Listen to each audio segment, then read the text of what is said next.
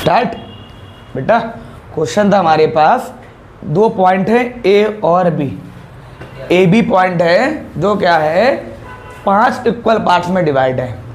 तो एक पॉइंट ले लिया P, एक Q और एक R और एक अगला पॉइंट क्या ले लिया हमने यहाँ पर S। तो हमने PQ RS ले लिया और ये पांचों कह रहा है कि इक्वल पार्ट्स में डिवाइड है। A मालूम है 1,2 और B मालूम है 6,7। कह रहा find P Q R and S। तो सबसे पहले हमें निकालना है P। तो सबसे पहले हमें यहाँ पे देखना होगा रेशियो निकालना। क्या सीखना है हमें यहाँ पे निकालना? रेशियो, कि हम लोग यहाँ पर इसका कैसे रेशियो निकालेंगे। जब ये पूरी लेंथ थी हमारी 5 और हमें सिर्फ पहले इतनी बात करनी है।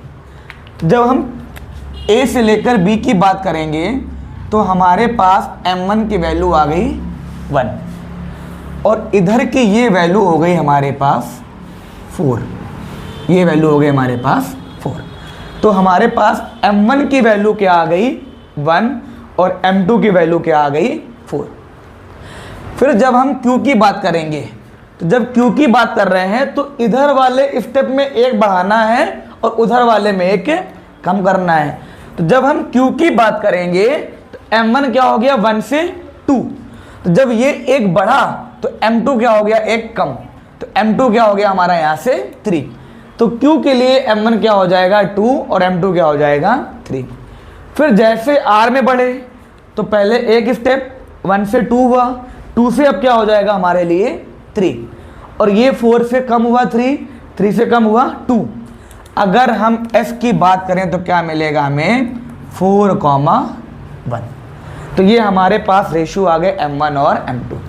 अब हमें यहाँ से निकालना है क्या पॉइंट P। तो P के लिए हमें क्या निकाला यहाँ पर x इक्वल टू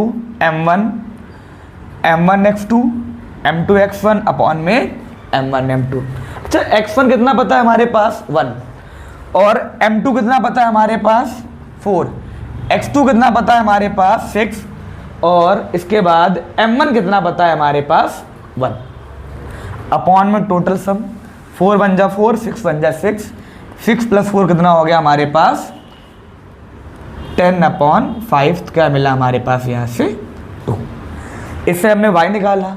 y क्या मिलेगा y1 m2 plus y2 m1 upon में m1 m2।